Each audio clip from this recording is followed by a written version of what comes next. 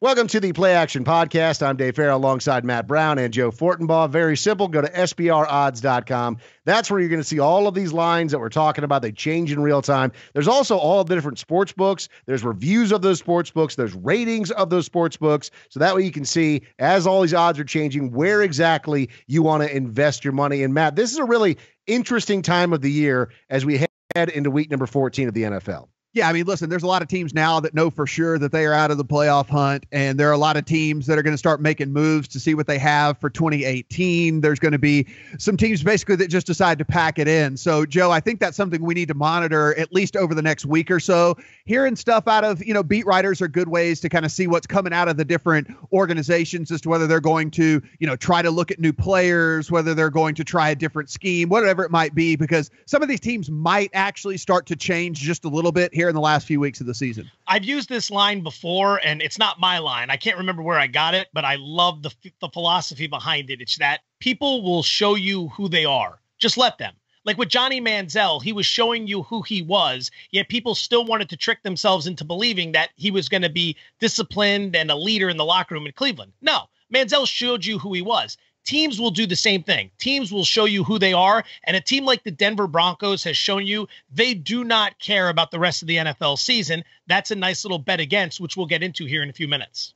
Now, on the flip side of things, we have ourselves a very confusing AFC West. So we've got ourselves the Chargers that are in the hunt. You mentioned the Broncos. They're long gone. But the Chiefs and the Raiders are actually squaring off 10 a.m. Pacific time, 1 o'clock on the East Coast this week. And this is actually, believe it or not, for two teams that have been stinking it up, a very important divisional game.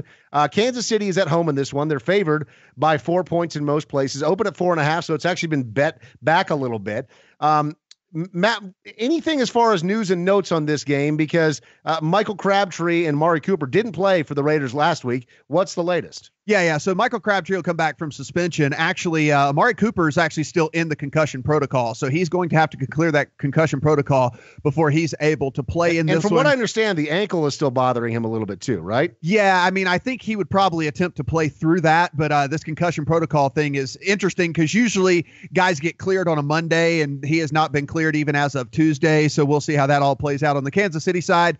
Charkandrick West didn't play this past week due to a personal reason. He should be back this week for them. Don't know if it'll make a big difference here. Kansas City blew a 2-touchdown lead to the Jets this past week and continue their epic spiral into what we could consider maybe one of the biggest collapses we've seen in a while. All right, Joe, over to you on this one. So, I mean, like I mentioned, this is actually a really important game this week. Defensively last week, we saw the Chiefs struggling quite a bit, whereas the Raiders have been struggling defensively basically the entire season. How do you see this game going? This should be the ultimate redemption spot for the Chiefs after what happened on Thursday night in Oakland a few weeks ago, or I should say maybe a couple months ago by this point, when the Raiders upset the Chiefs on Thursday Night Football. Now, how do you handicap a game with two highly dysfunctional squads? On Kansas City side, they can't get anything right. They won their first 5, and they've been a train wreck since. They just went to New York and got beat up by the Jets. They made Josh McCown look fantastic. Buffalo rolled in the week before as 10-point dogs and beat them outright. They're not playing D. They can't protect, and they can't run the ball, but they're still in it. Meanwhile, here come the Oakland Raiders. People might look at the Raiders and say, well, Oakland's won their last 2. They could still get into the playoffs here. Look at who those games came against. A highly dysfunctional Denver squad and an absolutely dreadful Giant squad. And they needed the full 60 minutes to get past both of those teams. So you send Oakland to Kansas City catching 4. I can't trust either one of these teams to show up. One thing I do know about the Raiders is that the last time I saw them in weather that was somewhat suboptimal based on their California preference, it was in Buffalo, and they warmed up for about 15 minutes and then ran back into the locker room. These guys don't like cold weather, and if it's cold at Arrowhead, I might want to side with Kansas City, but again, how do you believe in the Chiefs here, Matt? I might look over to the total of 47 in this game because Kansas City's D has been dreadful, and the Raiders have one of the absolute worst defenses in the National Football League. So that was my first lean here. I don't like the number here. 4 kind of seems a little bit right on to me. I mean, I understand a lot of people want to be off of Kansas City after watching them the past few weeks, but at the end of the day, I mean, they did score a lot of points this past week. They just gave up a lot of points as well. The play calling continues to be atrocious, even though Andy Reid decided to give it up. Guys, we're looking at a team that jumps out to a 2-touchdown lead. You got a guy in Kareem Hunt that you said on multiple occasions you want to get going again. The guy averaged 4.4 yards per carry in the game. still only got 9 carries in the game. I mean, like they are completely lost on offense as to what to do here. Joe, I mean, listen, the 47 kind of on the other side of it, they're just going to pass every single down. If they're just going to cut Alex Smith loose, I mean, they let him throw 33 times in this game. Do they let him throw another 35 times against one of the worst secondaries in the NFL? I think that's probably the way to go here. If that's the case, you think that this goes into a shootout back and forth. We don't know what's going to happen to Peters here, really. I mean, like maybe they do some internal discipline here after his little charade, throwing the flag into the stands and whatever. I mean, just a complete meltdown here. I think the over here, don't like the number, whatever. Maybe even open up a 6-point teaser here and get that down to 41. What do you have with a Kansas City team total? If it's sitting at 24, they could probably hang 24, even as dysfunctional as they've been defensively and lose. Yeah, I mean, they could score 24 and lose in this game theoretically. So if you don't like betting on that game because you don't trust either of those teams, how about this doozy for you? San Francisco is on the road at Houston. Houston favored by 1.5 at open. Total is 43 here now. Houston favored by as many as 3 in a lot of places that I'm seeing. 2.5 in a couple of spots right now. Again, SBRodds.com. All the links right below us. Matt, I mean, the injuries for Houston just continue to pile on and on and on. A couple of more guys today headed to the IR. Yeah, looking here on the Houston side, tight end C.J. Fedorowicz and wide receiver Bruce Ellington both sent to the IR. They might get wide receiver Braxton Miller back from concussion, though, so that would at least help out. They are very hopeful that he is going to be able to play. On San Francisco's side, Jimmy Garoppolo got his first start this past week and went and got a win at Chicago, went 26-37 for 293 yards and looked like a real NFL quarterback. And listen, we're watching on a weekly basis poor quarterbacking play, basically for over half of the league in the NFL. It was very refreshing watching Jimmy Garoppolo play. I think he's a keeper, Joe. This was one of my favorite plays last week with the Niners. You're catching 3 against the Bears team that is now 0-7 against the spread as favorites under John Fox. The Bears are a bad football team that doesn't score a lot of points. And now you're sending this Niner team to Houston and having them catch 2.5, 3 points again. There is a big discrepancy, despite the injuries in Houston, between the Texans and the Bears. And I think that this is an overreaction to what we saw from Garoppolo and the 49ers last week. Mark my words, I think Garoppolo is a franchise guy. He's going to get $20+ million a year to play quarterback for this team. They still didn't get in the end zone, though. Right. They did not. They had some problems in the red zone, and now you're going to go to Houston against a non-conference opponent, back-to-back road games. I like what the 49ers are doing, and I like the direction they're heading, but if it's the same spread in Houston as it was in Chicago, I think that's a problem in terms of the bookmaking. There are some 2.5s out there on SBR odds. I'd lay it with Houston this week. That's where I was going with the 2.5 right here. Listen, Tom Savage isn't a complete schmuck. I mean, like, he is a statue in the he's like, a schmuck, just not a complete schmuck. Listen, he's a statue in the pocket, has no mobility and all that, but like when he has some time, he actually makes some pretty decent throws. I mean, I think the guy's got a little bit of talent. Like, I mean, not a ton, but I think the guy's got a little bit of talent here. And like you said, Joe, this Houston team, despite the injuries and stuff, they still have DeAndre Hopkins. They still have a good run game, and they still have at the very least, a home field advantage as where Chicago. I mean, listen, let's be honest.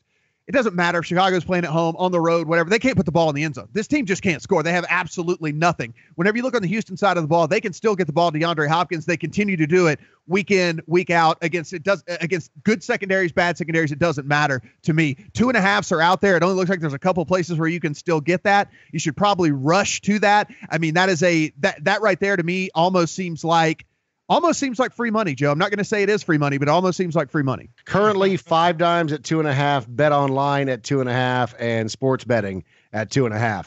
All right, how about this? Minnesota on a tear right now, 8-game winning streak. They're traveling to Carolina this week. They're coming off the big defensive stand that they took in Atlanta against the Falcons. Minnesota, are they becoming kind of chalky now, or are people starting to go, well, I'll just bet on Minnesota and they'll not only win, but they'll cover for me? That's what it looks like, because they open as 1-point favorites. Now it's up to 2.5, even 3 in a lot of places. Total in this one has come down to 41. News and notes on this game, Matt. Yeah, Minnesota, like you said, hard-fought win at Atlanta, but came out pretty healthy. I mean, the only thing that was a little odd about that is Atlanta was down both of their starting corners in that game, and they really didn't light it up through the air here. Thielen had one of his worst games of the year. Stephon Diggs was not able to have a big game there either. Really had to rely on Rudolph and the backs coming out of the backfield to get it done there. So I don't know exactly what the problem was going on there. You'd thought they would have had a really big day. I mean, I texted Joe the morning. I said, hey, listen, Atlanta's corners are out. I'm riding the Vikings death train. Do you want to come along with me? It's basically what I said. It worked out for me. The answer was yes. I did jump on that death train. Yeah. And listen, it worked out, but I was really confused at how that all worked out for them. I thought they would have had a big day there. On the Carolina side, Greg Olsen sat out with that foot injury, but he is expected back this week. That should be good for Carolina. But center Ryan Khalil, who they had just gotten back, is now considered day-to-day with that neck injury yet again. So they will see if he's able to go for them. Joe? This is a tricky one. This is a real tricky one because every basic instinct just says ride with Minnesota. They've been fantastic. I'm trying to find ways to poke holes in this Vikings team each and every week. I don't know if it's because I don't want to believe. I don't know it's because they've been so good for so long now this season that it's tough for me to wrap my mind around it. And I want to believe that at some point Carolina is going to wake up in this spot because I've seen it. I saw Carolina wake up against New England this season. I've seen Carolina play big in some big spots. But what Mike Zimmer and the Vikings are so good at doing defensively is forcing you to play left-handed. They take away some of the best things you do, whatever you do well, and they make you play a much trickier style of football. You have to overcome the loss of whatever your number one feature is. Go back to that Rams game a few weeks ago. The Rams run a lot of boots. They love boots, booting Jared Goff left, booting Jared Goff right. Zimmer took it away. He essentially had a guy spying the boot, and he forced the Rams to play without it. You saw what happened. Carolina is already a relatively rudimentary offense. There's not a whole lot that they do that's complex, but I see this situation with Minnesota as back-to-back road games against Atlanta, now Carolina. That's got to add up at some point here. So I'm not going to lay the points with Minnesota on the road. I'm not going to take them with Carolina. It feels like the entire world may be looking under 41 in this game because you have two good defenses. If the over is the minority play, I might jump on the over here just as a contrarian bet, but there's no strong lean. Yeah, so as soon as this came out, I had it at the place that I do the majority of my betting. I got it at 1.5. I see that it's already moved to 2.5, 3 at a lot of places. I feel like I got the good end of this. Listen, here's the thing, Joe. People are going to say that this is a square bet, and people are going to say that, listen, you're just following what's going on. And listen, this Minnesota team, what did they do? They went out. Julio Jones had 12 catches for 250 yards the week before. They put Xavier Rhodes on him. He had 2 catches for 24 yards. Do you think that who do you think is a better wide receiver, Julio Jones or Devin Funchess? Definitely They're going to put Julio Jones on Devin Funchess. They're going to completely remove him from the game. They don't have a wide receiver 2 anymore because Curtis Samuel went on the IR. So now you have to rely on Russell Shepard to move the ball or Greg Olsen with 1 foot. And they got a banged up shoulder with Christian McCaffrey. I mean, I just don't see any way Carolina is able to move the ball to win this game. To get this at less than a field goal where it's still available in a couple places, to me was crazy. When I saw it open at 1.5, it was the first bet I made this week. I'm glad I made it. It seems the line has moved in my favor here. And I'm sticking by that. Listen, I know there's going to be a lot of people who say, yeah, Carolina, though, you're so square for betting Minnesota. They're just the better team in all facets. And the only way that Carolina's going to be able to move the ball, they're going to be able to shut it down. That drives me crazy. Both of you guys said it where people are like, oh, it's a square bet. You know what? Sometimes the square bet is perfectly okay to make. Yes, you want to have some sharp bets that you're making as well. But sometimes the really obvious plays are obvious for a reason. So don't be mad. If there's a team that's streaking, and like you guys said, after some quality analysis, you can't find a way that Carolina is going to be able to figure out how to solve the riddle of Minnesota and win this game, it's perfectly acceptable, even if it's super chalky, to make that bet. Listen, the Patriots cover every week. Patriots cover every week. Minnesota didn't play their best game against Atlanta, who I think at this juncture is probably a better team than Carolina, and still was able to figure out a way to win that game. So for me, listen, sometimes you just play the better team. Chicago and Cincinnati. Cincinnati, very physical game on Monday night. Good news for them, though. They have Chicago coming to town. Cincinnati is laying 6 at home. Total in this one has gone from 37 to 37.5, even 38 in a couple of places. Matt, anything? I mean, we saw some injuries take place on Monday night on the Cincinnati side of the ball. Yeah, Chicago side, guard Kyle Long placed on IR. He's going to miss the rest of the season with a shoulder injury. On the Cincinnati side, lots of stuff here. Joe Mixon left the game with a concussion. He's in the concussion protocol. Vontaze Burfict left the concussion. He's in the protocol. Adam Jones, cornerback there, left with a groin injury. And then, Joe, you can pronounce the name, as we talked about earlier, the guy that's going to be suspended for a game. Georgia Loca. There you go. Yeah. Georgia Loca. Yeah. So they're going to Very be down. exciting. They could be down as many as 4 starters in this game. Now, does that make you think, land. Joe? Okay, I want to roll with Chicago in this spot because we're still talking about the Chicago Bears, as you mentioned earlier, that just don't ever cover. Bears are done. I think this is the perfect 6-point teaser play. You can knock it right down to a pick 'em. You're just going to need Cincinnati to win the game. I also think you can lay the 6 with Cincinnati. Look, the Bengals are dreadful, right? They're dreadful. That was a must-win game on Monday night. You're at home against your hated rival, and you blew a 17-point lead when the Steelers were more than willing to pack it in because of the Shazier injury. Marvin Lewis still found a way to lose that game. But the writing's now on the wall. Lewis is going to be done after this season. But there are a lot of guys on this roster that have played under Marvin Lewis for a long, long time. They like him. They're going to want to send him off with at least a little bit of dignity. That doesn't mean they go on a strong push down the stretch, but they'll win this football game because the Bears have mailed it in on John Fox. You saw it last week. These dudes can't run the ball. They can't throw the ball. They can play a little bit of defense, but at some point they're going to give up on that. Garoppolo and the Niners held the ball for 38 minutes of that game. They went 14 plays to win the game at the end, and that was just a field goal. John Fox didn't even know to let the Niners score so he could have a chance at the ball. He just went ahead and let them bled the clock, and then they kicked the field goal, and that was it. You're done. So the way you see it every week. So the way I see it, the Bears have packed it in. The Kyle Long loss is going to hurt on the offensive line. I'd lay the 6 with Cincinnati. I'm also going to set up a lot of 6-point teaser plays here. Yeah, it's a pass for me on first look here. The only thing I might do, I see there's some 38s out there where I might tease that up to a 44 because there's not going to be 44 points scored in this game. Like you said, Joe, the Chicago offense, it's zero chance they are going to be able to score. By the way, of those points they scored last week, one was on like a circus punt return. Like that was how they got to 14 this past week. Exactly. There was Tariq Cohen ran 137 yards to get this punt return touchdown. So, I mean, they didn't even score 14 offensive points in that game. They're not going to be able to score it all. Maybe I'm looking at 38, tease that up to 44 and take the under in that because Chicago, 10 points at best in this game.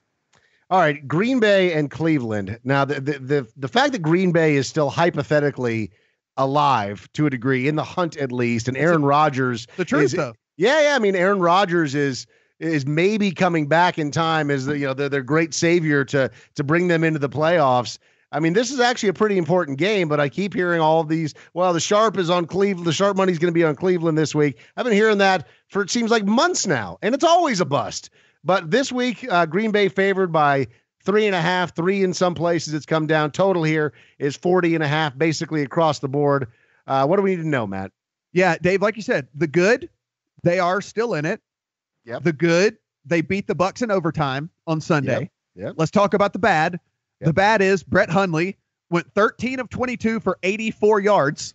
The bad is Brett Hundley. 84 yards, 13 completions for 84 yards, no touchdowns and a pick. So yeah, draw that conclusion how you want to right there. On the Cleveland side, they got a scare. Jabril Peppers went down with a knee injury, but MRI showed that he's actually going to be okay. It's not a season-ending type of thing, so probably not going to be able to play this week, though. They did get wide receiver Josh Gordon back, and that whole ease him back in thing was not going to happen there. 4 catches for 85 yards on 11 targets for Josh Gordon in this game. I actually think that he makes this team a better team. I really do. I mean, listen, Kaiser's still a train wreck. There's no doubt about that whatsoever. But, Joe, I watched this game because I wanted to see what Josh Gordon looked like. He looked like an NFL receiver despite the fact he hadn't played in a few years. And got to be honest, they were able to make some plays and they were able to do some things because he was out there that they hadn't been able to do all year long. And that's exactly why I'd play over 40.5 total points here. 40.5. I think that's reasonable. You have such dysfunction and such poor play from both quarterback positions. You've got to figure you get at least 2 turnovers in this game that set up the opposition with the short field. Maybe you throw in a special teams play, 1 or 2 decent drives out of each team, which isn't asking a lot against these defenses, and you're home. I can't lay points with Brett Hundley on the road. I can't take Cleveland, who's covered 7 of their last 26 at home and 16 of their last 51 overall. They've covered 31% of their spreads in their last 51 games. I can't get behind that. But again, how do you lay points with Hundley on the road based on what we've seen the last few weeks? Yes, Green Bay's still in it. I'd play the points here. I think you have enough dysfunction. They'll will this game over 40.5 total points. Yeah, I hate to say this, but I mean, it's a total pass for me. I mean, I look at this and You're missing out. It's going to be a good one. I certainly don't like betting on mediocre quarterbacks. And I certainly really, really hate betting on what I consider to be piss poor quarterbacks. And that's basically what both of these teams have in this game right here. I did like what I saw for at least a baseline of what Cleveland could be if they had decent quarterback play. If they were able to go out and get a quarterback somehow miraculously in this offseason that can actually do something, with Gordon, with Corey Coleman, with Duke Johnson, with Isaiah Crowell, with Njoku at tight end, there's some stuff going on here in Cleveland. But for me right now, it's still a pass. Joe, this very well could just blow right over this. I mean, this could be just because Green Bay's secondary is terrible as well. So, I mean, like this could be one of those situations where two bad quarterbacks just basically end up trading back and forth on these long blown coverage plays. Could also end 4-2, and I just flush money down the toilet. It's true. We'll see. True story. Detroit and Tampa Bay. This one is off the board. What's going on, Matt? Yeah, Matt Stafford has a hand injury in this thing. He did not break any bones in his hand, but it's pretty swollen, pretty sore, pretty bad looking here. They have not come out to say whether he is on the good side or the bad side of playing. They were just saying, hey, no broken bones in his hand. It's real swollen. It's real sore. That doesn't seem to be like a good thing, though, even if he is able to go. A bad hand for a throwing hand for a quarterback. So when this even does come out, Joe, it'd be very interesting to see where they have it. Also, running back Amir Abdullah, he was a surprise scratch on Sunday, neck injury for him. On Tampa Bay side, Jameis Winston did come back 21-32 for 270 and 2 touchdowns. So from a overall numbers perspective, it looked like he played a pretty good game. But then you look at the kind of underlying stuff. He got sacked 7 times in that game, lost a fumble, was under pressure a lot of the times when he wasn't able to get the ball off. So Jameis Winston took a bunch of hits in that game. Doug Martin did miss with a concussion. Peyton Barber filled in, went over 100 yards. I don't know about you guys. I don't see any reason to even go back to Doug Martin at this point. I mean, he's been nothing but a disappointment for that team, every single time. Disappointment on a whole bunch of different levels. Yeah. Yeah. So just go to Peyton Barber. I mean, why not? Joe, is this just a stay away game even when it does get put up, or do you think that there could be something interesting here? If anything, I'd lean to Detroit. As much as they find ways on repeated bases to lose games, they still have some will. They still have some fight to them. I mean, Stafford is at least a decent leader. And if you put a good team around him, gave him a running game and a little defense, who knows how far he could go. But I think he's capable of rallying that team and at least keeping them functional and on the straight and narrow. Tampa's the complete opposite. Jameis Winston is a bust. Like, again, we talked about this earlier in the show. People will show you who they are. Just let them. And Winston did that for years at Florida State. And everyone was like, nah, he'll straighten up. The talent will come around. Tampa will be good for him. What's he done? He's got what he needs. He's got Mike Evans. He's got Deshaun Jackson. He's got tight ends. He's got a decent O-line. What more does this dude need? I mean, they've lost 7 of 9. The only 2 they won, he wasn't quarterbacking. So right now, I'm not getting behind Tampa Bay in any regard, in any way, shape, or form. I think Winston is full of himself. He's got a huge ego, and he's never made any plays in the National Football League. And at least with Stafford and the Lions, I mean, they'll at least give you the hint of organization. How does Tampa... That turnover he had against the Packers that you were talking about last week, that was as bad as the one he had in the college football playoff when they got blown out by Oregon in Pasadena a few years ago. He had that just awful play where he makes these bad judgment calls and just lets the ball go. I mean, Winston's a major problem, man. He really is. And the Bucs are going to be saddled with him for a few more years. And when you talk about bad judgment calls, none worse than the whole eating the W thing. What the hell was that, man? Yeah. I mean, listen, I got to be honest with you.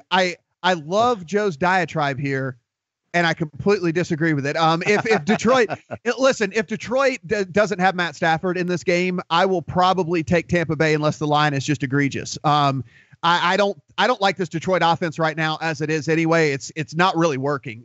They had to mount this major comeback this past week. It was completely stagnant for well over 2.5 quarters in that game. And Matt Stafford now with a banged up hand. I mean, even if he does play, right? Like your throwing hand, this is not even a shoulder touch. Like this is gripping the football with your hand. That doesn't seem like a very good thing for me. Even if he does play, maybe he doesn't finish the game. So unless the line is out of hand, I would probably lean to Tampa in this one. All right, one more that's off the board here, Matt. Indianapolis at Buffalo. That is an early game as well. 10 o'clock on the West Coast, 1 o'clock on the East. Yeah, Indianapolis, they just got lit up by the Jags. Let Blake Bortles go for over 300 yards against them, if that says anything. They lost their starting corner, Pierre Desser. Desser? What is it, Joe? Is it Desser? I don't know. Whatever. He's heading to the IR with a torn muscle. Let me tell you, if you had just picked one and said it confidently, I would have been like, yeah. Sounds good. Yeah. On the Buffalo side of things, obviously this is off the board because of the whole Tyrod Taylor situation. He's injured. They don't know whether he's going to be able to go or not. Probably not in this one. Coach Sean McDermott said that Kelvin Benjamin, though, could be back for this game, so they'll try to get him back in. Of course, their starting corner, who's actually been playing very, very well this year, Tre'Davious White, is going to have to miss with a concussion after Gronk laid his 285-pound WWE move on his head and bruised his brain. They also placed defensive lineman Shaq Lawson and wide receiver Jordan Matthews on IR today. So things not looking so good there in Buffalo.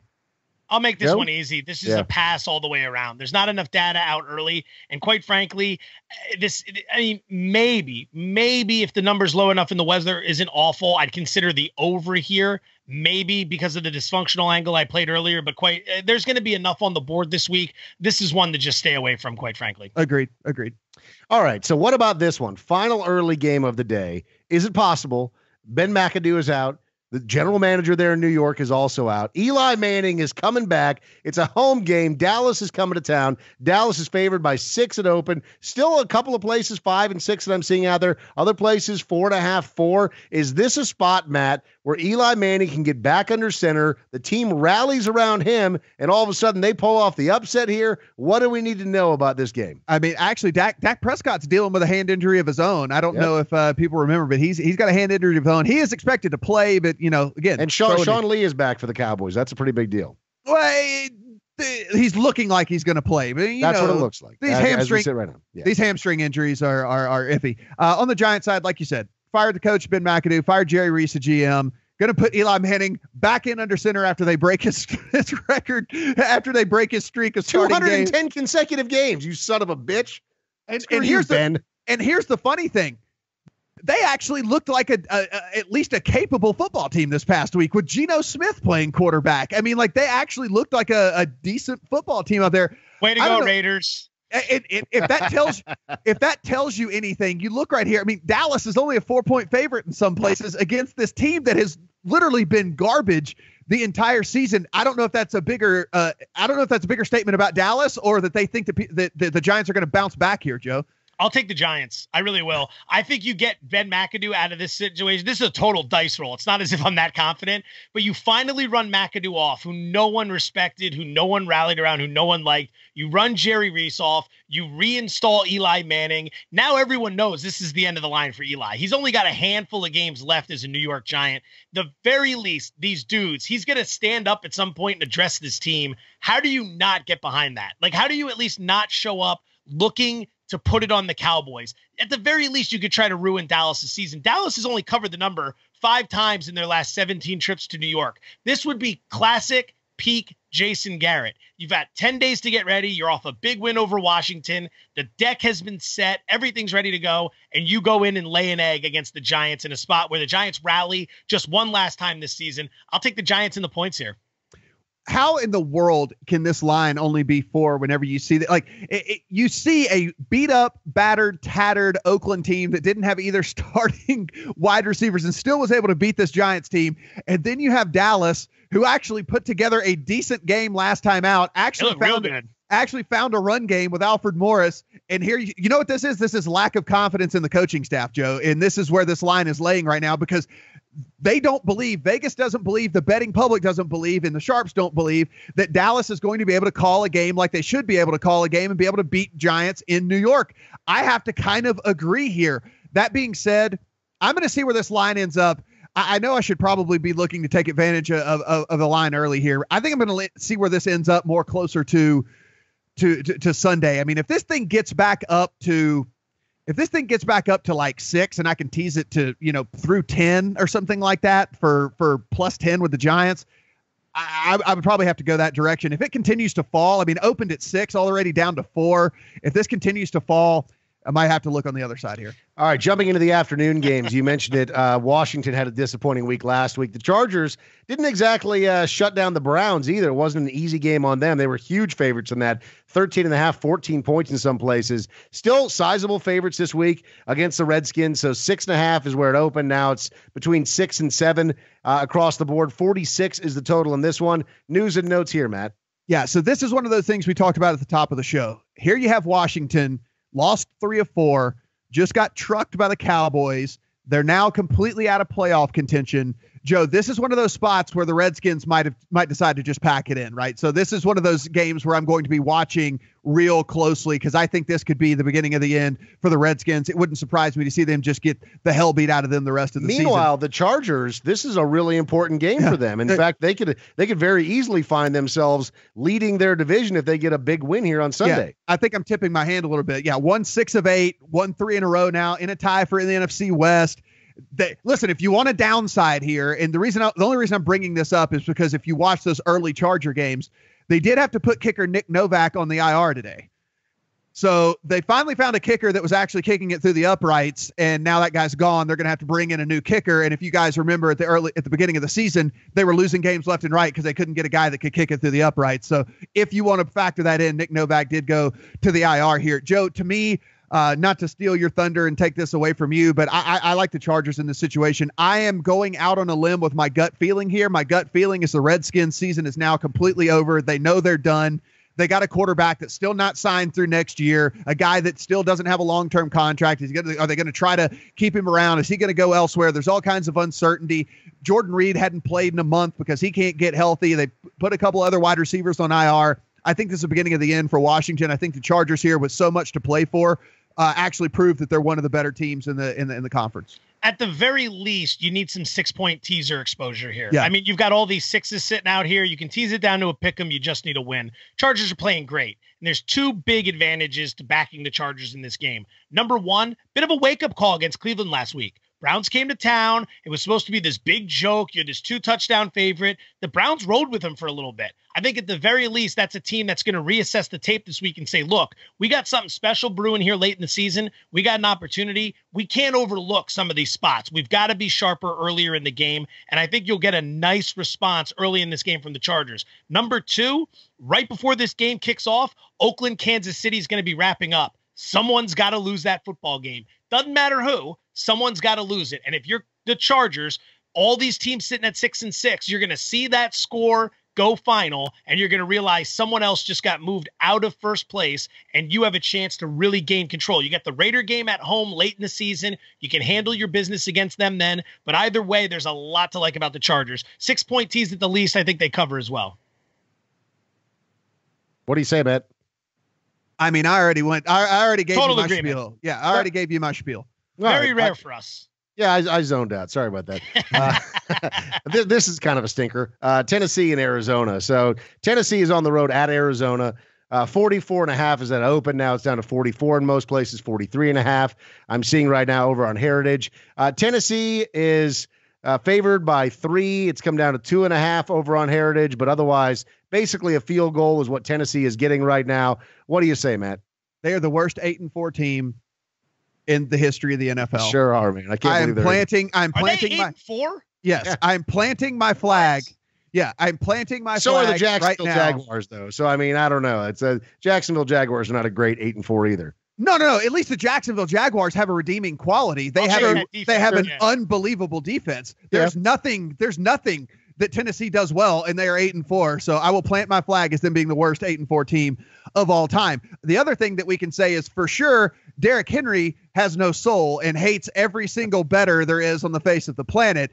As Houston was coasting to that cover where he decided to go 70 yards for a touchdown when they were just running the clock out and go ahead and kick everyone in the nuts. So thanks, Derrick Henry. The second time he's done that this season, I might add. Rashard Matthews missed again this past week, that hamstring injury. They are hopeful that he's going to come back. That could actually really help this Tennessee team that's been struggling pretty badly. Delaney Walker re-injured his ankle. He's questionable, but they are saying he's likely to play there. On the Arizona side, Adrian Peterson missed this past week, a neck injury for him. He's questionable again this week. Joe, anything to like here? If you've been betting sports, specifically football, but any sport, for long enough, you know that every year there's going to be that one team. There might be two, but there's always going to be that one team that whether you're on them or against them, you're always wrong. And Arizona is shaping up to be one of those teams for me this season. If I'm on Arizona, they lay an egg. If I'm against Arizona, they play really well. You don't want my opinion here. I'd love to give you something on this. I know that the Titans have covered 7 of their last 26 on the road, but how do you get behind Blaine Gabbert? He was god-awful last week. I mean, god-awful. That was a great spot for the Cardinals, and Gabbert put him in a hole right out of the gate. And you got to wonder, is Bruce Arians even coming back next year? I don't know what the mindset is here. I mean, I lean a little bit to Arizona, so that probably means dump it. Go 401k bet on Tennessee. Yeah, no, I don't have a lean. I don't know these guys. Yeah, I mean, right. I have a slight lean to Arizona, but certainly nothing with conviction here. What you said here is fact. I mean, listen, with Arizona, with Adrian Peterson being out, you saw last week they were clueless yet again. They'd kind of started to find at least a little bit. They were going to force feed Adrian Peterson, which again opened it up at least a little bit for Gabbert. Wasn't the case this past week with Adrian Peterson again being old, probably not going to be coming back this week. For me, slight lean Arizona, strictly because I just hate Tennessee so much. I don't think they're going to be able to do anything offensively, but no conviction play for me in this one at all. All right, the New York Jets, who had themselves a pretty good week last week against the Kansas City Chiefs, they're traveling to Denver this week. And Matt, earlier you're talking about the teams that have packed it in for the season. I mean, the Denver Broncos could certainly be considered one of those teams. Denver opened as a 1.5-point favorite. Now it's swung the other direction. Jets are a favorite, even a 1.5 favorite. Still pick them in some places. So when you go to SBRodds.com, you can see you have a number of places to look and get the price that you want. 41 is the total in this one. So the Jets are now 5-7. So everybody that bet all that, everyone that bet that under in Vegas to start the year is really hating themselves, because it was pretty much 5. It was the universal total there for the Jets, and so they have already, at the very least, pushed that 5-7 for this team. Listen, Josh McCown can play, man. Like, he can play a little bit. I don't know if you guys have ever seen his YouTube videos, but like, he doesn't look like an athletic dude, but like, he's a really good athlete. Like, there's a YouTube video of him going up underneath the goal, like doing a reverse dunk, like in a gym and whatever, like a crazy reverse back slam or whatever. Like, the guy's got a little Josh McCown. Yeah. Really? Yeah. Dude's got some athleticism. Why are you watching Josh McCown YouTube videos? I'm a freak, Josh dude. Like McCown. Yeah, I want to see that YouTube. Dunk again. It's a great dunk. As if you guys don't already know what kind of sports weirdo I am. Anyway, on the Denver side, they get Aqib Talib back. Does that really matter at this juncture? Like you said, I mean, this team looks completely. And listen, I read this wrong. I was on Denver this past week. I actually thought it was a great opportunity for them. When Simeon got put back in 2 weeks ago, he looked competent, looked like maybe a guy that realized, oh, I'm going to seize this opportunity that they benched me, and now I get to try and prove.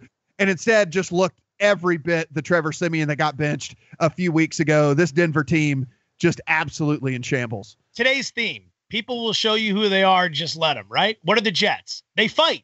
2 weeks ago against Carolina, they fought. They blew it at the end, but they're not that talented. But they fought tooth and nail with Carolina. Last week they showed up and they fought and they beat the Chiefs. What do you think they're going to do this week? After getting down 2 touchdowns in that game. Exactly. Yeah. What do you think they're going to do this week? They're going to fight. They're going to show up and they're going to care. What is Denver going to do? They've lost, 8 straight? And listen to what they're giving up defensively. 35 to a busted Miami team, 21 to an Oakland team that was without everybody, 20, 41, 51, 29, shutout, 21-0 to the Chargers, 23. They don't play defense. We need to stop assuming that, well, they got a quarterback problem, but they can play some defense. Terrible defense that's quit on the season. Terrible offense that's quit on the season. Vance Joseph is on his way out. Elway is going to can his ass at the end of the year after one season. Play the Jets. This is one of my favorite plays of the week here. Yeah, I love the Jets here. And listen, it's not because of even the way that Denver, it definitely has something to do with the way Denver's playing, but I think the Jets are just a better team right now. They got a better quarterback. Listen, Robbie Anderson is a star, dude. Like, this guy is a legitimate wide receiver 1 in this league. You got a big tight end in Austin Seferian-Jenkins. The running back situation there, the rushing game with the Jets is a little dicey. For whatever reason, they continue to want to give Matt Forte carries, even though he's 157 years old and has no burst and no cut left anymore whatsoever. If they would play these younger guys, I think it'd be much better for them. Bilal Powell, a much better running back than Matt Forte at this juncture. And that's the thing, is Denver is really giving it up on the ground. I mean, like, they are giving up a lot of yardage on the ground. I think the Jets, if they could come out with a really concerted effort to pound the ball, and then he opens it up for an over the top to a guy like Robbie Anderson, who's shown that he can be this big play receiver, I think there's a lot of opportunity here for the Jets. And the only thing I'm wondering, Joe, this 41 number, man, it just screams under to me, because I just don't feel like Denver is going to be able to move the ball really whatsoever. But if it was, what would make you comfortable? 43? Would 43 make you comfortable? You got to get through the 42. That's a key number with totals. You get through the 42, that would make me feel a lot better. 42 in the hook, I'd feel all right. Yeah, we see a 41.5 out there, so we'll see how this thing ends up about Sunday morning. Yeah, I'm sure the public's going to just be falling all over themselves to bet it over on Trevor freaking Siemian. Well, I mean, dude, the Jets go out and McCown throws for 330 yards. They put up, all these points. All right, so this one really surprised me when I first saw this line, and it still surprises me, frankly. So Seattle pulls off this miraculous win on Sunday night. They beat the Philadelphia Eagles, and yes, it's at CenturyLink, but the team just looked so much better. And we know that adding Dwayne Brown to the offensive line has been a big, big help for Russell Wilson. Just gives him more opportunity. He's carrying that team, but the defense really stepped up against Philadelphia, and maybe that was Philadelphia just being a little bit outside of their element, this being a big game for them. They've had a fairly soft schedule up to this point. Or maybe Seattle is just kind of starting to figure it out. But here you go. They're traveling to Jacksonville, and Jacksonville's favored by 3.5 points at open. It's come down a little bit to 3, but still Jacksonville a full field goal favorite in this game. Total is 39.5. Matt? Yeah, I mean, there's really no news and notes in this one other than the stuff that you just talked about. I mean, no significant injuries on either side here at this juncture. I don't know so much about that Seattle's actually starting to play that much better, or that Philadelphia's it wasn't as good as we thought, or that the schedule was soft or anything. I think it was just a situation where you have a team that went on the road, that played another good team in a primetime situation, and Carson Wentz was a little off, and the offensive line was one of the best offensive lines of the year, by the way, according to Pro Football Focus, and the Eagles' offensive line a little bit off. And to be honest with you, I don't think Seattle's offensive line played that great. If you look at Russell Wilson in that game, he was running for his life the whole game yet again. He was just able to make these incredible unbelievably incredible plays time and time again. I'm just talking about statistically, without Dwayne Brown and then with Dwayne Brown, it is a big difference on how much Russell Wilson is getting hit and how much he's getting hurried. But I totally agree. I think you can make an argument that Russell Wilson is playing like the MVP of the league right now. He is carrying that entire offense. The question becomes, is all those circus plays that he was able to actually make against the Philadelphia defense, is he going to be able to make against this Jacksonville defense?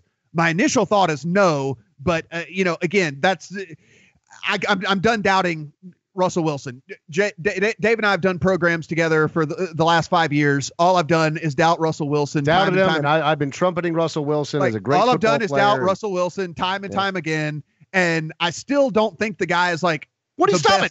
Just the best quarterback. Stop it. Stop. Just stop. But no, guys, I'm about to go to seriously. Stop. I'm about to go to a better. It's a better thing anyway.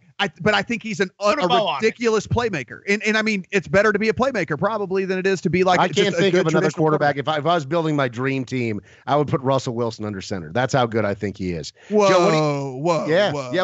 Whoa. Who else? What, a 45-year-old Tom Brady? Like Aaron Rodgers. I mean, what are you talking about? Aaron Rodgers is broken right now. I'm talking about players that are currently in the league. Oh, Case Keenum is a close second. Russ Wilson is a real-life version of Michael Vick as an Atlanta Falcon in the Madden video game. That's what he is, where you would snap that ball and just run all over the field waiting for someone to get open and then either take off running or chuck it down the field. He was unstoppable in that video game. Russell Wilson has brought that to life. That being said, this is the red flag game of the week. So you're telling me we got a Jaguars team that doesn't play great offense. They've had a nice season, but let's face it, the public does not love the Jacksonville Jaguars. They're going to host a Seattle team that was just in front of everybody in the country in primetime Sunday night, housing the most popular team in the NFL in the Philadelphia Eagles. And Jacksonville's coming out as a 3-point favorite here. It's not going to be 2.5. It's not going to be 2. You're not going to see a ton of money on Seattle. This is the red flag game of the week. Everything about this line stinks. Give me Jacksonville. You can see Seattle looking that good, then flying all the way across the country, non-conference opponent on the road. You're not going to have the crowd noise. Wilson, you make a couple plays against him. Your defense, who knows? I'm taking Jacksonville. I'm laying the points there. Yeah, I like Jacksonville in this one as well, and I'll tell you why. And it's not because I have this bias against Seattle or anything like that. I don't. I just believe that whenever I watched that game, I saw multiple different things. One, I still saw Russell Wilson running for his life, right, and making all these circus plays and stuff. And the problem is Jacksonville's secondary is going to be able to cover for longer and cover better than they were in Philadelphia. That's just the way they are. They're one of the most elite secondaries that we've seen in quite some time. Also, they have some legit dudes that are going to get after Russell Wilson. I think he gets hit more in this game. I think he gets sacked more in this game. The other thing that Jacksonville has that Philadelphia didn't have and didn't really try to do because they don't have that type of offense really is they do have a power run game. And one of the things that we've seen with Seattle, a lot of these teams that have power run games have been able to have a little bit of success against this defense. I think Leonard Fournette's going to be able to line up here, going to pound it. And listen, Here's the big thing about Blake Bortles. If Blake Bortles gets going, he's actually decent. Again, stop. Just stop. No, listen, if early in a game, Blake Bortles gets hit a few times. Early in a game, Blake Bortles gets rattled, then the whole game just goes down the tube. Like the whole game just goes down the drain. If he actually gets a little bit of momentum, he doesn't make as many bonehead plays. Yeah, I mean, but Pete Carroll is a smart coach, so they're going to stack the box. They're going to make Pete Carroll throw the ball. I would screw it up. I would highly question Pete Carroll being a smart coach. Really? I would give Pete Carroll in the middle of the range. You know what? Let's just go ahead and take a play off. Let's take a play off. If you're going to, in the same segment, question Russell Wilson and praise Blake Bortles, that's literally the first time that's ever happened outside of possibly Skip Bayless ever saying that. Except for maybe at Thanksgiving dinner at the Bortles home. I mean, outside of that, it's insane. When Russell Wilson throws for 180 yards and 2 picks and gets sacked 4 times in this game, and Jacksonville wins by 10. That doesn't justify Russell Wilson being a questionable quarterback. It doesn't justify it. Yes, he'll pass for 180 yards and run for 230. That will not happen either. Dave, you just go ahead and move on. I'll take the under. Pretend he's not there.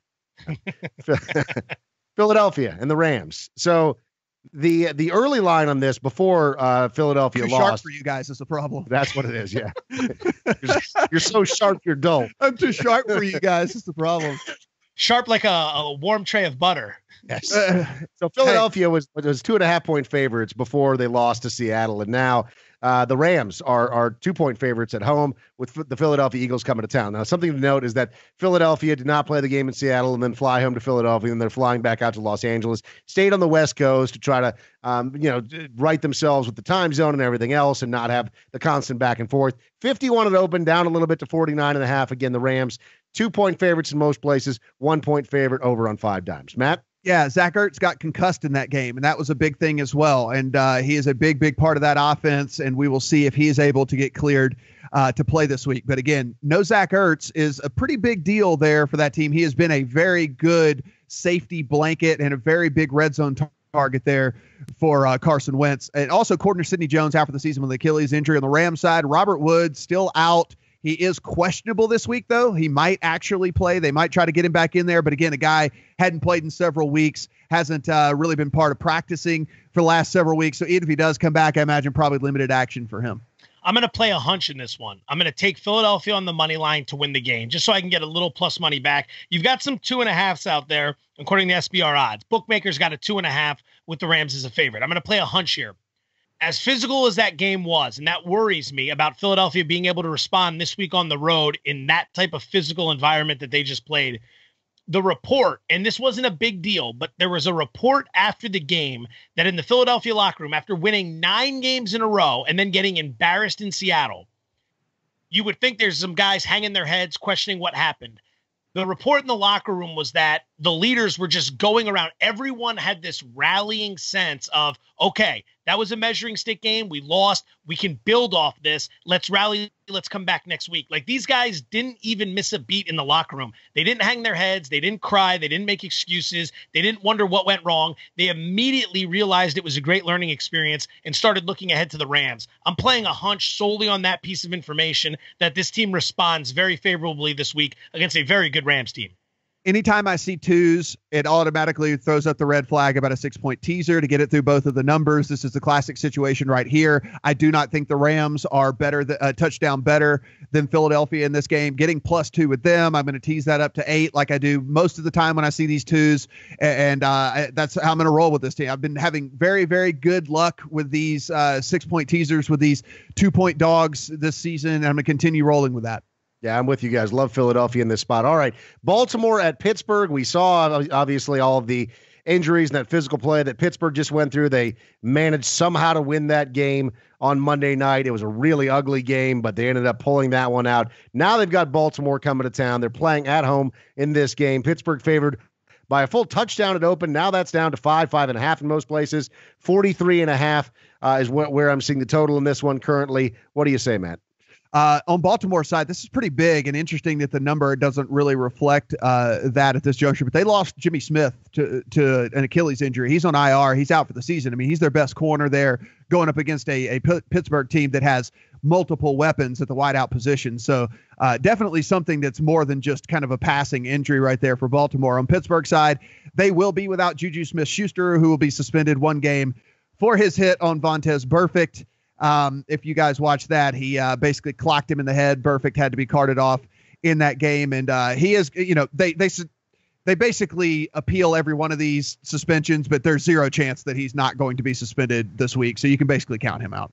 The Jimmy Smith injury is a freaking killer, because I would have loved Baltimore in this spot. Look at what Pittsburgh's dealing with, right? They've got this great win streak going, top-notch team, but they've got one team standing in front of them that they know is going to be there at the end of the line, and that's New England. Guess what? They got New England next week. So you're coming off this Monday night emotional, physical affair against Cincinnati. Now you got to find a way to get up at home for a Sunday night game against your arch rival Baltimore, and then not get caught looking ahead to Brady and the Patriots when you know damn well if you want to play for the Super Bowl, you got to get through Brady and the Patriots. I could see this game being sloppy for Pittsburgh and Baltimore pulling it out at the end of the day. But with Jimmy Smith out against this receiving unit, I can't get behind that. So unfortunately, this game has just become a pass for me. I hate it, but that's where I stand at the moment. Matt? Yeah. I mean, I think that they'll probably just look to feature Le'Veon Bell a little bit more as a receiver. I mean, look, he's as capable a receiver. He actually had more receiving yards than he did rushing yards this past week. I mean, that is the type of versatile player that Le'Veon Bell is. Martavis Bryant actually stepped up and played pretty well this past week. They've worked him back in. This seems to me like kind of how I'll probably play this. I'll probably tease Philadelphia up to 8, and I'll probably tease Pittsburgh back down to a point dog in this one where they really only have to win. And that's going to be probably my teaser of the week right there that I'll be playing pretty heavily. I mean, I like Pittsburgh to win this game. Again, it's more than just a passing injury when a guy like Jimmy Smith, who's not only one of the better corners in the league, but also an anchor of that defense, one of the real veteran leaders of that defense, goes down. And look, Pittsburgh, it's ugly, Joe. Like you said, it's ugly the way that this team wins. But at the end of the day, that's the key word. They just continue to win. They find a way to win. They continue to do it. The defense steps up when they need to. They did it this past week as well. I expect they'll do it again this week. Listen, Flacco's terrible, man. He is horrible. Flacco is absolutely atrocious. So I don't have any confidence in him to be able to go and win a game at Pittsburgh. The Monday night game is the New England Patriots, and they're at Miami, and the sports books all hate the New England Patriots because they have been crushing, and they have been covering basically every single week. So here you go, 12-point favorites at open. That's come down a little bit, and that's probably on the news of Gronk being suspended. 11 points, 11.5, 12.5 over on 5 dimes right now. 47 is a total in this one. It came down from 48.5. Other than that Gronk suspension, what do we know, Matt? Yeah, so as you mentioned, Gronk will be out. Chris Hogan hasn't practiced since week 8. He is supposedly questionable this week now with that shoulder injury of his, but again, hadn't practiced since week 8. So even if he is active and whatever, I don't see him making much of a difference. They're probably going to be on a very limited snap count there for New England. On the Dolphins side, no injuries to speak of, just, Jay Cutler's. Jay Cutler's a quarterback. So, do with it what you will. We don't need to spend much time here, Dave. 8 straight wins for the Patriots, 6 straight covers for the Patriots. And when it's all said and done, it comes down to Bill Belichick versus Jay Cutler. I don't care what anyone can make as a case for Miami. If I'm doing anything, I'll lay it with New England here. Yeah. I mean, look, at the end of the day, the Patriots have gone out and smashed people when Gronk doesn't have big games anyway. Like there are several games this year where the Patriots have lit up the scoreboard where Gronk's had 3 catches for 27 yards. I mean, like, this isn't this deal where Gronk's out and they're automatically going to go into the tubes here. Like, this is going to be perfectly fine. I said it last week. I'm just going to continue to ride New England. I did it again this past week. Until they prove me wrong, I'm going to ride this team. They just go cover. They just go beat the hell out of teams that they're supposed to beat the hell out of, and they should beat the hell out of this Miami team. All right, the final one here is the Thursday night game for those of you that are joining us earlier in the week. Thank you for tuning in, by the way. SBRodds.com, right down below us. You can find all of the links. And make sure you subscribe to this video so that way you get it every single week. And give us your comments as well, and thumbs up or thumbs down, depending on what you think of what you're hearing on the show. We appreciate all of the feedback. Again, one final one here. Thursday night game. This is a fun game. New Orleans is at Atlanta. Atlanta opens up as a 2-point favorite at home. That swings the other direction now. Pretty big swing. Now New Orleans a favorite by a point and a half, even 2 points I'm seeing in a couple of places right now over on SBR odds. Total in this one has come down from 55 to 53, Matt. Yeah, I think this is an overreaction in this one. We'll talk about it in a second. Mark Ingram missed practice on Tuesday. Pretty big thing right there. Mark Ingram has a toe injury, short week, a team that is coasting probably into the playoffs here. Might be taking the week off for Mark Ingram in this one. Marshawn Lattimore did miss this past week. They got back Ken Crawley, who's a starting corner for them. Lattimore did miss again this past week. Don't think they're going to rush this guy back again with them being in such a good position right now and him being such an important part of that team. I probably expect Lattimore to sit yet again this week. Atlanta, both of their starting corners sat last week, both Brian Poole and Desmond Trufant. They're both expected back this week, so they should be at full health. I'll make this simple and you can kick it over to Joe. This is a pass for me. I hate betting Thursday night games. I've said it time and time again on here. And with the uncertainty there in New Orleans, with Atlanta getting whole at Atlanta, for me, it's just an overall pass. Falcons, you got 2 teams chasing a lot here. The Saints are still trying to figure out how to get a first-round bye, and you've got a situation with Atlanta where they want to make sure they get in. I mean, everything's on the line in this game, which is what makes it so fantastic, which is one of the reasons why I'm going to just enjoy it and probably not bet it. I agree with Matt. I don't want to lay points with a road team on Thursday night in a division rivalry game when Atlanta has so much to play for and has won 3 of their last 4. Meanwhile, I don't necessarily want to fade New Orleans because I think they match up better here. I might do a contrarian play here. You got a total of 53 right now. This is going to go up before kickoff. Obviously, as a primetime island game, you're going to have the public come in late. Maybe it gets to 54, 55. I'll probably come back and play the under. The Saints will want to establish the running game. They'll probably want to keep the ball out of Matt Ryan's hands, do a little bit more of what they wanted to do against the Rams in that protect their defense by establishing that run and let Drew Brees make a couple plays and play action. Huge total with everyone thinking over. I might come in for a little bit and play the under.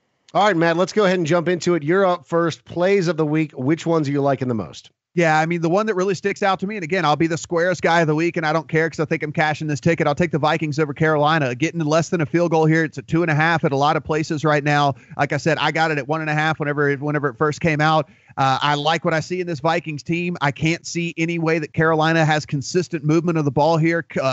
Every single week, we keep seeing Cam Newton misfire, inconsistencies, and I think this Minnesota defense is going to make them pay. I'm with you on that. I think the Vikings is a great play, and the Jets as well. You can still find it as a pick 'em in a couple of places over on SBRodds.com. I love them going up against the Denver Broncos. We talked about the Denver Broncos and how much they've just packed it in. Their defense stinks. Meanwhile, the Jets have the exact opposite effect. They're overperforming all of the expectations. They're a scrappy team. They're coming off of a big win last week. The Broncos couldn't be more dysfunctional, and the Jets actually look like they're a pretty solid team. I like the Jets a lot in this spot. What do you say, Jay? And their quarterback can dunk, by the way. Can dunk. You can find it on YouTube. It's a great big deal. YouTube videos. Yeah. 6-point teaser of the week. I'll take the Chargers from 6 down to a pick 'em over the Washington Redskins. And then on the other half of that will be Cincinnati teased from 6 down to pick at home against the Chicago Bears. I feel confident about that. And then Dave, I'll side with you. My side of the week would be the New York Jets. They're fighting. They're playing hard. They want to win. And on the other side, you have a team that couldn't care less. It's a pick'em game. I'll back the team that actually cares about the football game. I really don't see too much else you need to analyze on that one. All right, that's going to do it for this week's installment of the Play Action Podcast. I'm Dave Farrell alongside Joe Fortenbaugh and Matt Brown. Thank you for watching and listening along. And, of course, get over to sbrodds.com and enjoy week number 14 of the NFL.